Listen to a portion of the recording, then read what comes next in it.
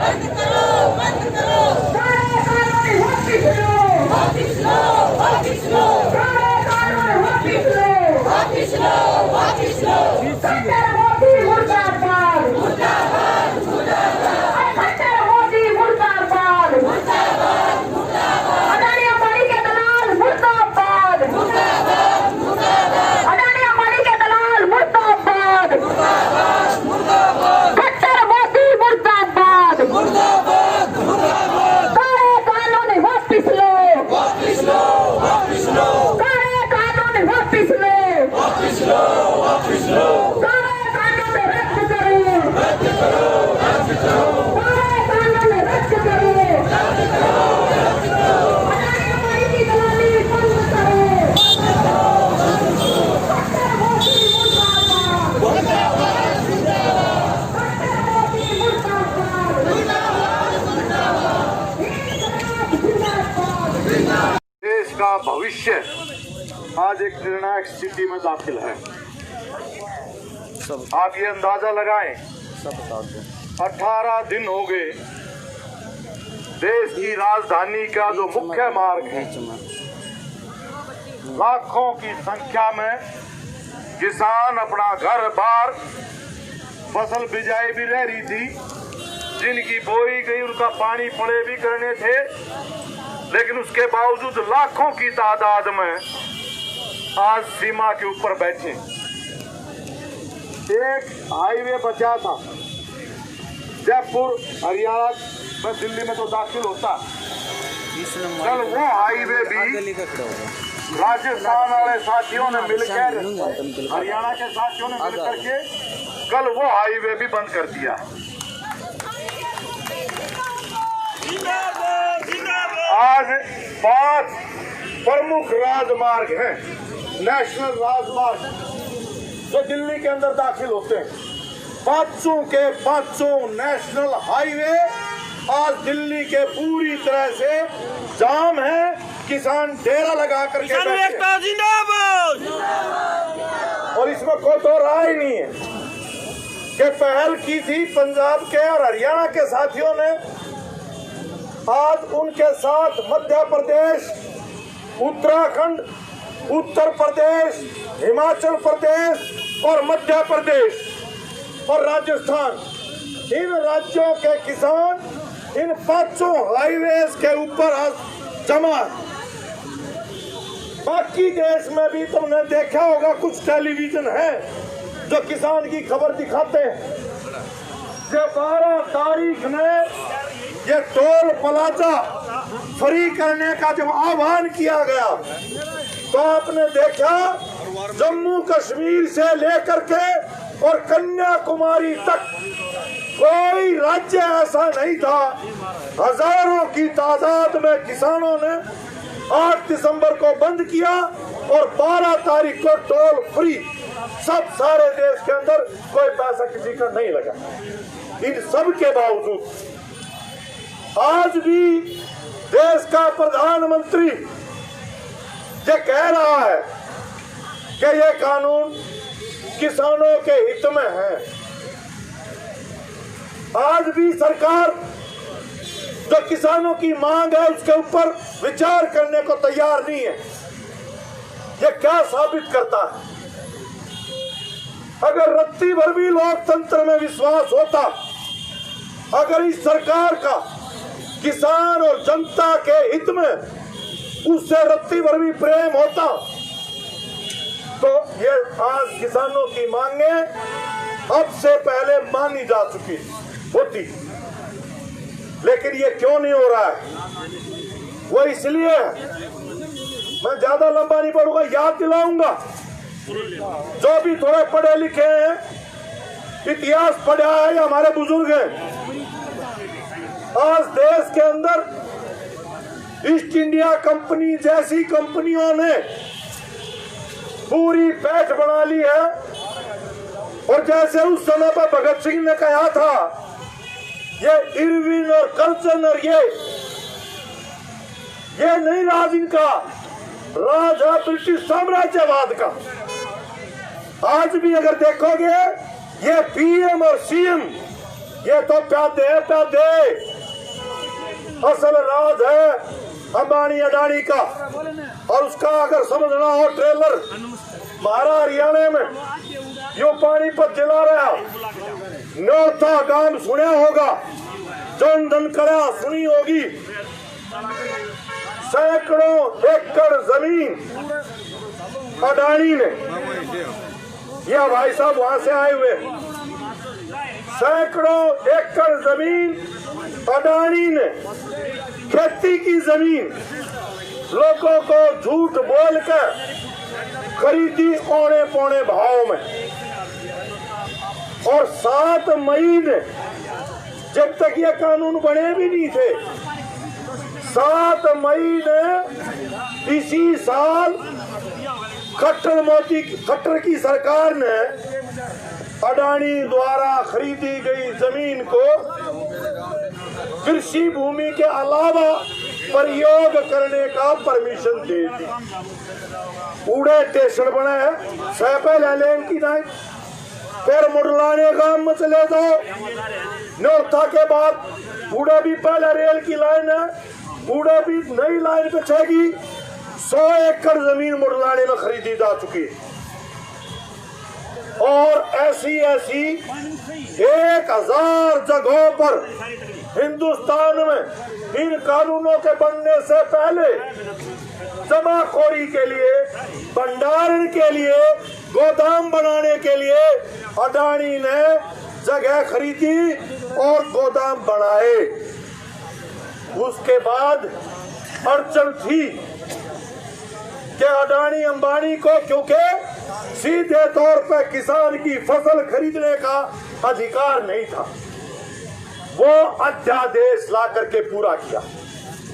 और उसके बाद संसद में बिना बहस के, बिना वोट के, इतिहास में पहली बार है, विपक्ष मांग करता रहा कि इस पर वोट होनी चाहिए, लेकिन ध्वनि मत से पारित कर दिया गया कानून का। सीधे तौर पर राज आज देश के ऊपर मोदी के यार, जो मोदी के यूं कह लो, जो उसको कठपुतली के रूप में चलाते हैं, जिसका चुनाव का खर्चा, जो प्रचार टेलीविजन, जिन पर उसका कब्जा, आज उन्होंने देश के ऊपर पूरा कब्जा जमाने की कोशिश की।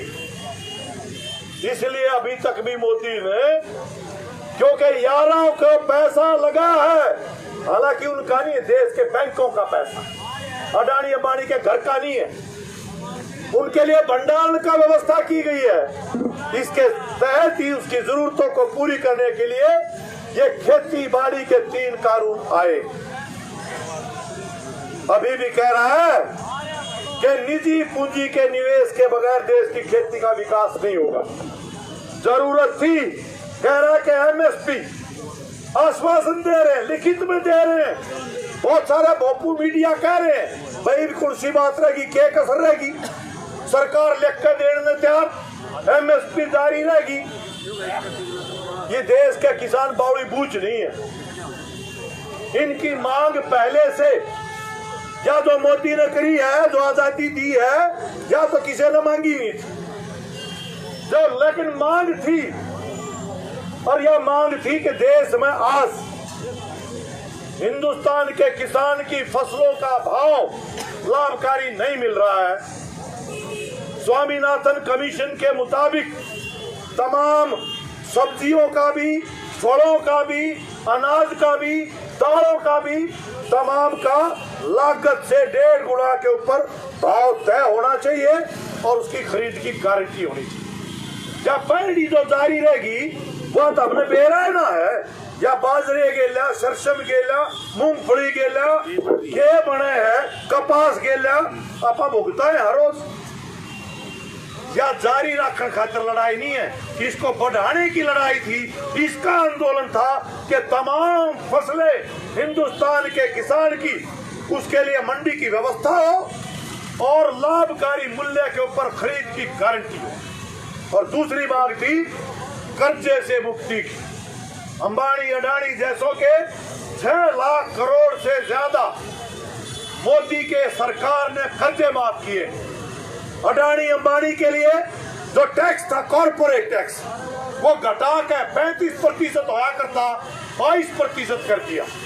और हमारे ऊपर तेल का डीजल के ऊपर मोदी की सरकार बड़े पास है। आज 28 रुपया 27 पैसे प्रति लीटर मोदी ने टैक्स बढ़ाया है। केंद्र सरकार का खट्टर का न्यारा, राज्य सरकारों का टैक्स अलग है।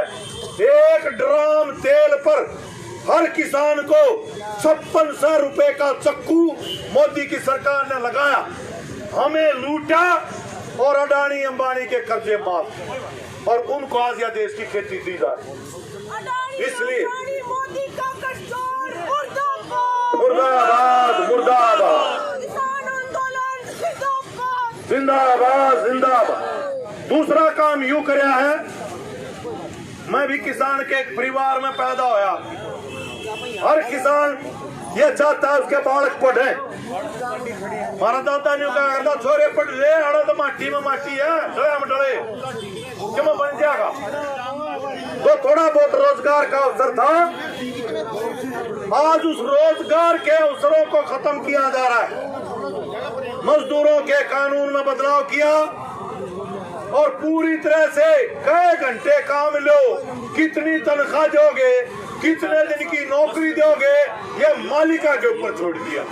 और सरकारी क्षेत्र, ना तो सरकारी रोडवेज व बेचीदारी, सरकारी रेल व प्राइवेट, हवाई अड्डे प्राइवेट, बंदरगाह प्राइवेट, पढ़ाई लिखाई अस्पताल सब कम प्राइवेट।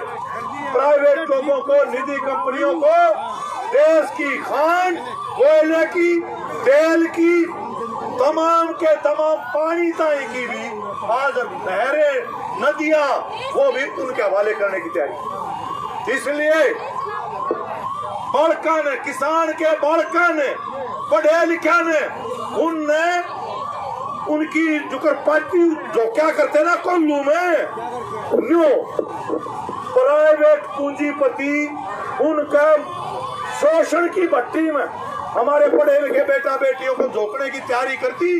कोई कानून नहीं, कोई रोक टोक नहीं, जो करो उनका शोषण करो, जो एक कानून बनाया। इसलिए अच्छी बात है ये आज देश का मजदूर, किसान, कर्मचारी, ये सब के सब आज एक पाड़े के ऊपर इकट्ठे हुए।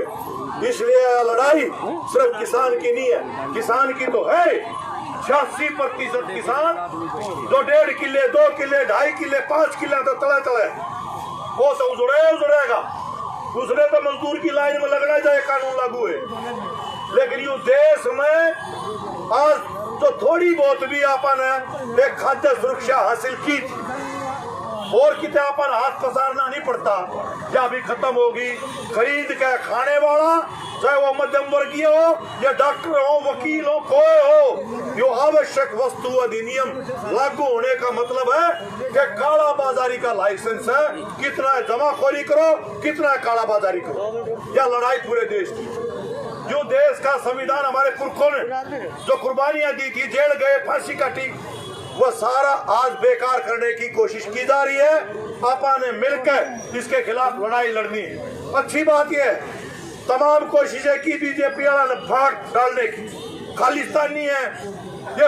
आने हरियाणा का कृषि मंत्री न्यू काबिला चीन और पाकिस्तान के साजिश है। यहाँ केंद्र का मंत्री आकर है, चीन और पाकिस्तान उनकी साजिश है किसानों के, किसान आंदोलन के अंदर अमरीकी एजेंट। कितने बेहुदा लोग हैं, सरकार मुर्दाबाद। हमारे बीच में फूट डालने के लिए USYL की बात लेकर आए, हरियाणा पंजाब की लेके आए, खालिस्तान का उठाया, ये सारी कोशिश की है। लेकिन उसके बावजूद भी जब मैं सलाम करता हूँ, 500 से ज्यादा संगठन है इस आंदोलन के अंदर, लेकिन एकता अभूतपूर्व है, तमाम कोशिशें नाकाम है।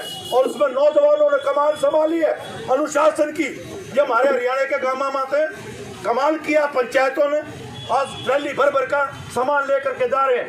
जो जरूरी है जरूरत का, लेकिन पता भी करो। लेकिन हर गांव से मेरा आह्वान है, कम से कम 10 जिम्मेवार नौजवान वॉलंटियर के रूप में वॉलंटियर के रूप में तैयार करो।